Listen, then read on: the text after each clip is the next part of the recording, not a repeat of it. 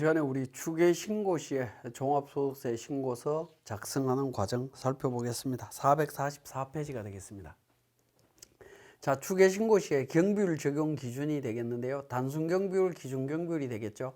자, 기준경비율, 단순경비율 의미가 뭐냐면 장부가 없는 자영사업자의 소득금액 계산할 때 비용을 추정해서 계산하는 부분을 말합니다. 그래서 직전 연도 수익금액에 따라 기준경비율, 단순경비율을 결정해서 적용하도록 되어 있다라는 부분이 되겠습니다.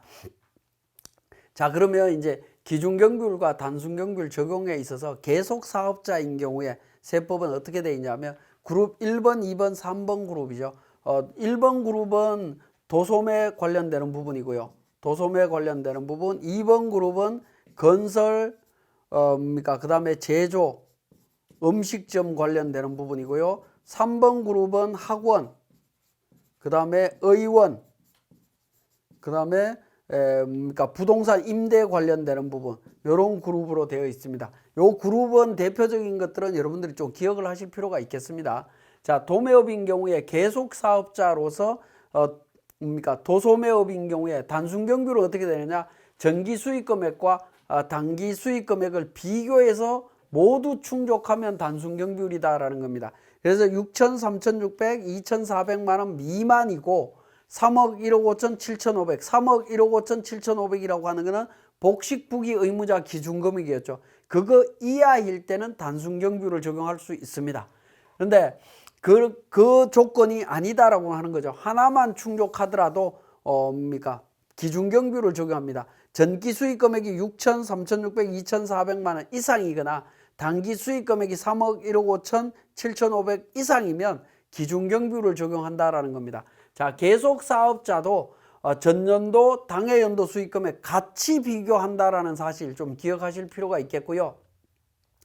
자, 그 다음에 신규 사업자인 경우에는 단기 수익금액을 갖고 단순경비율과 기준경비율로 갑니다. 3억 1억 5천 7,500 미만이면 단순경비율, 이상이면 기준경비율로 간다라는 겁니다. 적용한다라는 겁니다. 단순경비율과 기준경비율 적용 시에 주의해야 될 사항들을 한번 보면, 자, 요거 판단할 때 어떻게 할 거냐라는 건데, 요거는 앞에서 제가 다 말씀드렸던 겁니다. 사업용 유형자산 양도수익금액을 포함할 거냐라는 건데, 기장의무를 판단할 때는 포함하지 않습니다. 제외하고 하지만 단순경비율이냐 기준경비율이냐 할 때는 포함해서 판단하시면 되겠습니다. 자, 예를 들어서 직전 과세 연도의 기장의무가 간편장부 대상자고 복식부기 의무자였다면 간편장부 대상자는 사업 유형자산 양도수익금액은 제외되도록 되어 있겠죠. 제외된 상태에서 제외된 수익금액으로 그냥 판단하시면 됩니다. 자, 복식부기 의무자는 포함이 된다라는 거죠. 그러면 포함된 금액을 기준으로 판단한다라는 겁니다. 자, 다시 한번 보시면 숫자를 넣어서 보시면 사업용 유형자산 양도로 인한 수익금액이 경비율 판정에 미치는 영향이라고 해서 2억 원이다. 도소매업 수익금액 2억이다 라는 부분이 되겠습니다. 자, 복식부기냐 간편장부냐라는 부분인데, 자, 직전 연도에 수익금액이 유형자산 양도가 1,500, 1,500 있었습니다. 똑같이 있었는데 기타 수익금액이 5천, 5천입니다. 자, 그러면 유형자산 양도와 관련되는 수익금액이 없다라고 하면 5천만 원이면 어떻게 되죠? 간편장부 대상자이면서 6천만 원 이하이기 때문에 단순경비율 적용 대상자가 됩니다. 당해연도 수익금액이 3억 원 미만이죠. 그렇기 때문에 단순경비율 적용될 수 있습니다. 그런데 직전 연도에 복식부기 의무자였던 사람은 이거 두 개가 합친 수익금액이죠. 그래서 6,500 기준으로 기준경비율이 된다라는 겁니다. 근데 간편장부 대상자는 이 부분은 없는 걸로 보는 거기 때문에 5천만 원 기준으로 단순경비율이 적용될 수 있습니다. 자, 이 부분은 이 유형자산 양도로 인한 수익금액으로 인해서 서로 달라질 수 있다라는 점 기억하셔야 되겠습니다. 자, 단순경비율 및 기준경비율 적용 시에 해당 연도 수익금액의 범위에서 일자리 안정자금은 어떻게 되느냐 하는 건데, 단순경비율 적용할 때는 총수익금액에서 일자리 안정자금은 차감하도록 되어 있습니다. 차감하도록 되어 있고요. 기준경비율 적용할 때는 어떻게 할 거냐는 건데, 총수익금액에는 일자리 안정자금이 포함됩니다. 포함되지만 다만 단순경비율을 적용해서 배율을 적용할 때는 일자리 안정자금이 차감된 상태에서 계산되도록 되어 있습니다. 자, 그 부분 주의해서 보시고요. 단순경비율 적용 대상자는 추계 신고 시에 단순경비율과 기준경비율 둘 중에 하나 선택할 수 있습니다. 유리한 쪽을 선택할 수 있다라는 부분이고요. 기준경비율 적용 대상자는 단순경비율 적용이 불가능합니다. 자, 이 부분 주의하셔야 됩니다. 기준경비율 대상자가 단순경비율로 신고하시면 나중에 세금 추징 문제가 나옵니다. 주의하시고요. 자, 복식부기 의무자가 추계 신고할 경우에 기준경비율의 2분의 1을 적용한다. 이거는 우리 세무사랑 프로에서 자동으로 적용이 됩니다. 자, 신규 사업자 중에 당외과세 기간의 수익금액이 복식부기 의무자의 수익금액 이상인 경우에는 단순경비율 적용을 배제하고 기준경비율만 적용을 해야 된다라는 겁니다. 자, 이 부분도 굉장히 중요한 부분이니까 좀 조심해서 기억을 하셔야 되겠습니다. 자, 기준경비율 적용 시에 다음의 금액을 한도로 한다라는 겁니다. 자, 기준경비율은 원래 주요 경비에서 기준경비율 합쳐서 차감하도록 되어 있죠. 근데 주요 경비인 매입 비용이라든가 이런 부분들을 제대로 챙기지 않으면 소득 금액이 과도하게 커지는 문제가 생깁니다. 자, 그 문제 때문에 간편장부 대상자는 단순경비율에 의해서 계산한 금액의 2.8배, 복식부기 의무자는 3.4배를 적용해서 소득금액을 계산하겠다라는 부분이 되겠습니다. 자, 단순경비율 적용 배제 사업자가 되겠습니다. 자, 이런 사업자들은 단순경비율을 적용받을 수 없습니다. 의료업, 수의업, 약국 관련되는 부분, 그 다음에 변호사, 세무사 관련되는 전문 자격 사업, 현금 영수증 가맹점 가맹 의무자가 미가입했거나 신용카드 등 발급 거부 사실 이런 부분들이 있을 때에는 그러니까 단순경비율 적용할 수 없습니다. 자, 기준경비율과 관련되는 부분이 되겠습니다. 자, 기준경비율에 의한 소득금액 계산은 주요 경비를 기준경비율은 수익금액에서 주요 경비 차감하고 기준경비율을 차감하도록 되어 있습니다. 그 주요 경비에 대한 부분은 정빙서류에 의해서 필요경비로 인정이 되는데 매입비용, 인건비, 임차료 관련되는 부분이 되겠습니다. 자, 매입비용, 인건비, 임차료 관련되는 부분에서 정빙미수치 시에는 정빙미수치 가산세가 적용된다라는 사실 기억하실 필요가 있겠고, 기타 경비는 기준경비율에 의한 금액을 필요경비로 인정을 해줍니다. 그래서 기준경비율이라고 하는 부분은 이 주요 경비에 해당되는 이 부분을 얼마나 관리하느냐에 따라서 소득금액이 많이 달라질 수 있습니다. 자, 기준경비에 의한 소득금액 계산은 수익금액에서 주요 경비 차감하고요, 수익금액에 기준경비율을 적용한 금액을 차감하도록 되어 있습니다. 이때 기준경비율을 적용할 때 복식부기 의무자는 50%를 적용한다라는 겁니다. 기준경비율의 50%를 적용하도록 되어 있습니다. 이 부분은 뭐 우리 세무사랑 프로에서 자동으로 계산될 거기 때문에 신경 안 쓰셔도 됩니다.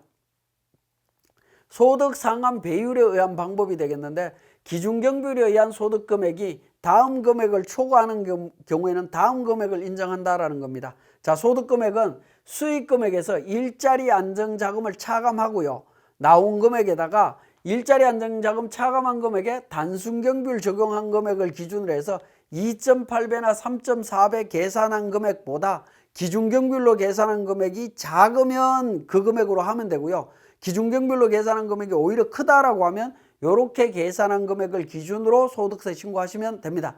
자, 요 소득 상한 배율도 우리 프로그램에서 자동으로 계산돼서 선택이 되기 때문에 크게 신경 안 쓰셔도 됩니다. 자, 주요 경비에 대한 범위를 한번 살펴보면, 매입 비용은 재화의 매입과 관련되는 부분, 외주 가공비, 운송업의 운반비 관련되는 부분으로 이해를 하시면 되겠는데, 재화의 매입은 재산적 가치가 있는 유체물, 동력, 열 등을 관리할 수 있는 자연력의 매입과 관련되는 부분, 즉 쉽게 말씀드리면 매출원가를 구성하는 부분이다라고 보시면 됩니다. 세금 계산서 받은 내용으로 이해를 하시면 되겠고, 외주 가공비 마찬가지고요. 그 다음에 운송업의 운반비, 운송업의 운반비는 운송업의 매출원가를 구성하는 거죠. 그런 의미로 이해를 하시면 되겠습니다. 자, 임차료는 건축물, 기계장치 등에 대한 임차와 관련되는 비용이고요, 급여 인건비가 되겠습니다. 자, 이 부분이 주요 경비다라고 보시면 됩니다. 이경비를 잘 관리를 하면 이경비 플러스 기준경비 포함해서 우리 소득 총수익금액에서 차감해 주겠다라는 부분이 되겠습니다.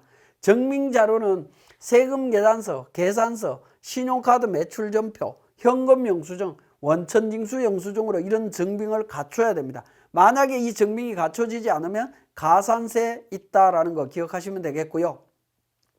자, 지금까지 설명드린 내용을 바탕으로 우리 세무사랑 프로에서 한번 확인해 보겠습니다. 자, 교재 447페이지에 단순경비료에 의한 종합소득세 신고서 작성과 관련되는 부분입니다. 자, 회계 데이터를 1104번으로 변경하도록 하겠습니다. 자, 자료에 보면 백두산의 사업장 정보, 백두제조와 한라 판매장이 있다라고 되어 있고요. 그래서 수익금액이 나와 있습니다. 그리고 백두제조의 총 수익금액에는 기업의 고용유지에 필요한 비용의 일부 지원금인 일자리 안정자금 150만 원 포함되어 있는 정보가 있네요. 자, 우리 단순경비율로 신고를 한다라고 했습니다. 그래서 종합소득세 신고서 단순경비율 선택을 하셔갖고 기본적으로 F12 불러오기를 통해서 회사 정보 반영합니다. 기본 정보 반영하고요. 자, 그 다음에 이제 종합소득 금액 계산으로 들어갑니다. 여기에 보시면 우리 기본적으로 노란색으로 된 부분들 있죠. 이 부분들을 클릭해서 그러니까 정보를 입력하시면 됩니다. 종합소득 금액 부분에 있어서 클릭을 하시게 되면 사업소득 명세를 등록하도록 되어 있습니다. 사업장 사업자 등록번호와 상호, 그 다음에 업종 코드, 소득 종류, 총수익금액, 단순경비율 부분들을 등록을 하게 되면 소득금액이 자동으로 계산이 됩니다. 자, 보시면 백두제조 사업자 등록번호 제가 등록을 했고요. 등록을 했고 소득 40번이죠. 등록했고 업종 코드 289102 이 부분이 있습니다. 3천만 원 제가 등록을 했습니다. 3천만 원 등록했고 일자리 안정 자금 150만 원이죠. 여기에 입력을 했습니다. 그렇게 되면 단순경비율은 우리 업종 코드 번호에서 자동으로 반영이 됩니다. 자동으로 반영이 되고 소득금액도 자동 계산이 이루어집니다. 자, 그 다음에 한라 판매장 관련되는 부분 동일한 방식으로 등록하시면 되겠고 단순경비율 자동으로 적용이 될 거고요. 금액 212만 원 나와 있습니다. 그래서 총 508만 4천 원입니다. 자, 이렇게 적용을 하실 수 있겠고 혹시라도 연금소득이나 기타 소득이 있을 때 합산 신고하신다라고 하면 여기에 하단 부분에 반영하시면 되겠습니다. 확인 버튼을 통해서 반영하시고요. 자, 인적공제, 우리 소득공제와 관련되는 부분이 되겠습니다. 노란색을 바로 더블 클릭해서 소득공제 넣으시면 됩니다. 백두산 본인 소득공제, 그 다음에 배우자에 대한 부분 반영할 수 있습니다. 하단 부분에 보시면 전년도 불러오기라는 기능이 있죠. 불러오기 기능을 통해서 작년도에 등록했던 내용 그대로 반영해서 적용하실 수 있습니다. 확인 눌러주시고요. 그 다음에 국민연금 납부한 게 있으면 바로 직접 입력하시면 되겠습니다. 그리고 개인연금 저축 공제가 있다라고 하면 개인연금 저축 공제 선택하시게 되면 연금저축 세액공제 관련되는 부분으로 연계가 되도록 되어 있습니다. 개인연금 저축과 연금계좌 세액공제이죠. 관련되는 부분 확인하실 수 있고 입력하시면 세액공제 자동으로 적용이 됩니다.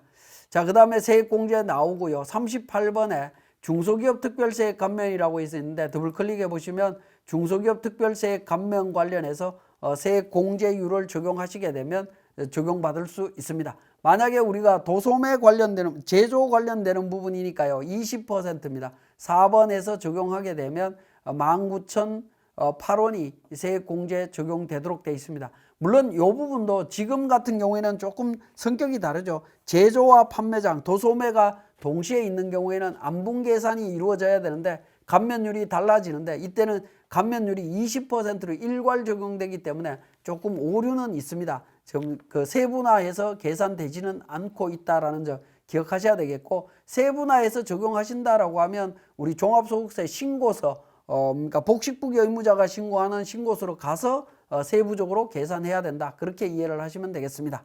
자, 그렇게 적용하시고 가산세 관련되는 부분 적용 대상 여부가 있다면 가산세 적용하시면 되겠습니다.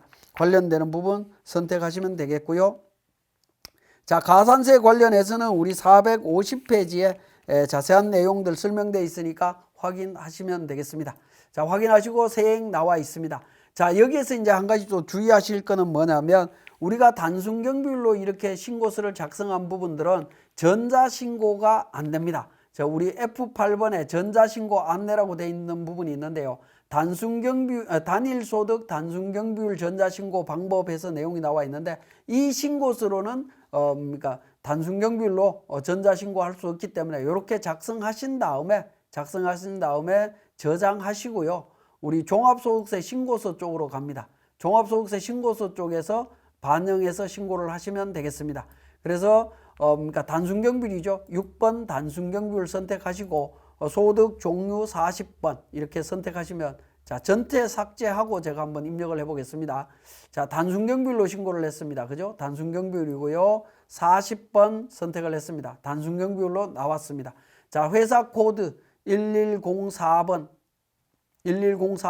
입력하면 백두 제조하고 한라 판매로 해서 구분이 되죠. 그 다음에 소득공제 명세에 관련되는 부분은 우리 소득 세액공제 신고서를 별도로 만들어야 됩니다. 요 배우자 등록하신 다음에 소득 세액공제 신고서 만드신 다음에 쭉 진행하시면 세액 관련되는 부분 전자신고로 정리하실 수 있습니다. 자, 그렇게 적용하시면 되겠고 그 다음에 457페이지에 우리 기준경비율로 신고하는 과정 한번 살펴보도록 하겠습니다. 자, 기준경비율로가 관련되는 데이터가 회사 코드 1105번입니다. 그래서 1105번으로 회사 코드를 변경하도록 하겠습니다. 1105번에 기준경비율로 된 정보 있습니다. 자, 기준경비율은 우리 간편장부 기준경비율 추계라고 하는 부분에서 주요경비 지출 명세서하고 추계 소득금액 계산서에서 기준경비율이 있습니다. 여기에서 작업하시면 되겠습니다. 자료를 보시면 제조 관련되는 부분이고요. 단순경비율 코드 나와 있고 기준경비율 코드 나와 있습니다. 총 수익금액 8천만 원이고 일자리 안정 자금 없다라고 되어 있습니다. 매입비용, 인건비, 임차료 있는데 매입비용 중에 500만 원은 세금 계산서라든가 이런 걸 수치 못했다라는 거죠. 그러한 경우에는 주요경비 지출 명세서를 작성해서 제출을 하셔야 됩니다. 그래서 주요경비 지출 명세서 우리 사업장 정보를 먼저 적습니다. 우리 사업장 정보 적고요. 그 다음에 매입비용 중에 1번 매입비용 거래 내용에서 그러니까 세금 계산서 못 받은 거래 상대방에 대한 정보까지 이렇게 등록을 해주시면 됩니다. 500만 원 등록해서 적용을 하시면 되겠습니다. 물론 이렇게 해서 비용 처리되는 부분은 우리 가산세 적용 대상이죠.